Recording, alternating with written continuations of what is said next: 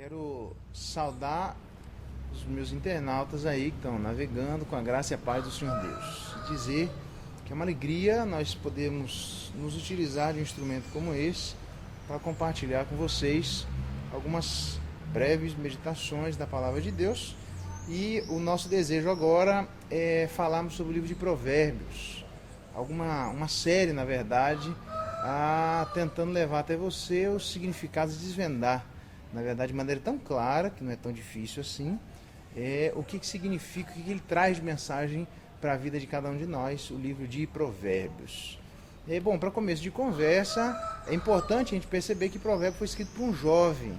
Nos primeiros anos do ministério de Salomão, está lá, Provérbio de Salomão, ele escreve para dar aos simples prudência e aos jovens conhecimento e bom siso. Então ele está escrevendo para os jovens. Na verdade, toda a escritura é escrita para todas as pessoas de todas as idades, mas é importante entender como aquilo foi direcionado especificamente à vida dos jovens e as peculiaridades próprias da vida dos jovens. Em especial, hoje eu gostaria de tentar demonstrar a vocês quais são os 3 primeiros apelos que ele dá lá no capítulo 1, Salomão, a vida de cada um de nós jovens, né? O primeiro apelo é que o jovem vai precisar aprender a lidar com a sedução. Essa é uma questão interessante quando ele diz: filho meu, se os pecadores querem seduzir-te, não consintas.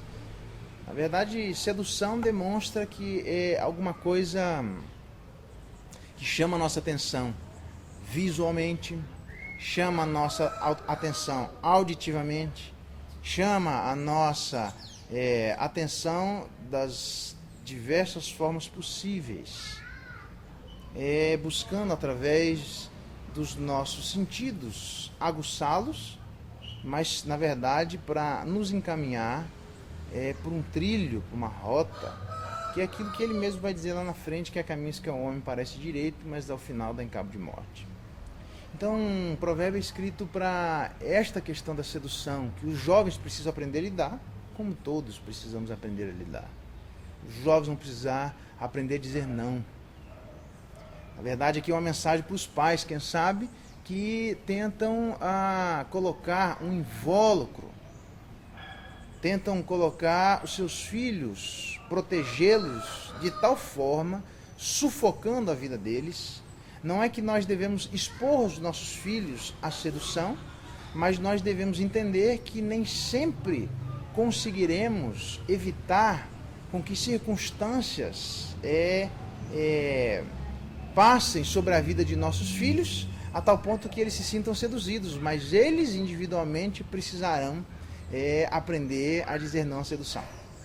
Aí nós vamos lembrar de Apocalipse que Satanás é o sedutor e que ele seduziu muita gente. Vamos lembrar de Atos 20, 28, onde, na verdade, Paulo, escrevendo à igreja de Éfeso, aos presbíteros, quando ele faz a sua despedida, ele diz que na partida dele, muitos viriam de dentro deles mesmos, falando coisas pervertidas, para arrastar a ideia de seduzir, de trazer cativa a mente daquelas pessoas que por alguma razão não conseguiam se desvencilhar dos argumentos que ali eram expostos pelas pessoas que estavam aguardando a saída de Paulo para atacar a vida de cada uma delas. Sedução.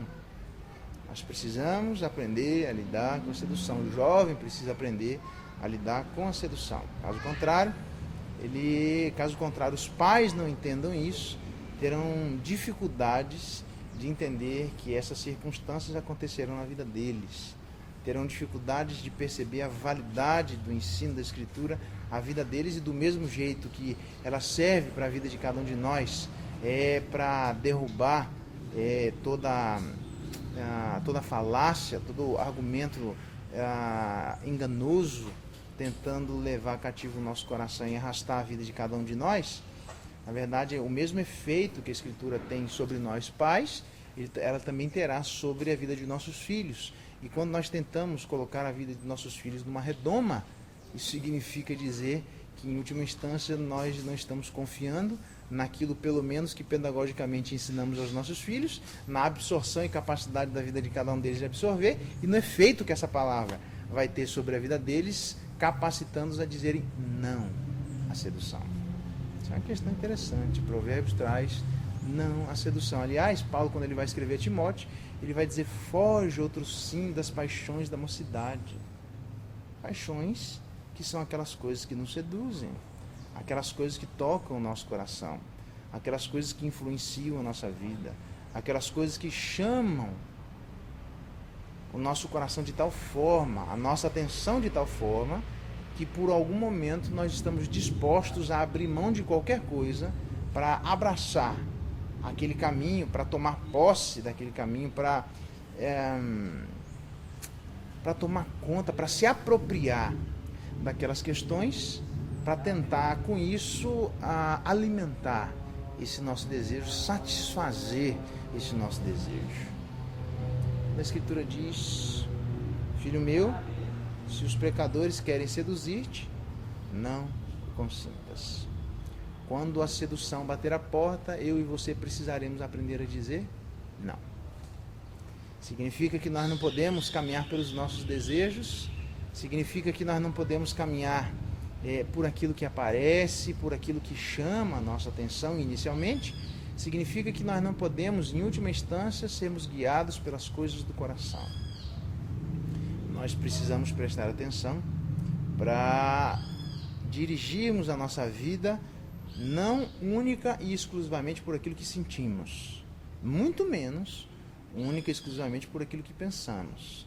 Nós precisamos, na verdade, de um critério fora de nós, que não esteja influenciado pelo pecado, não esteja influenciado pela percepção equivocada que o pecado traz sobre aquele que está debaixo da sua influência, para então enxergarmos a realidade da forma como de fato ela é. E só Deus é essa pessoa que habita em luz inacessível, cheia de glória, e que não pode ser tentado pelo mal.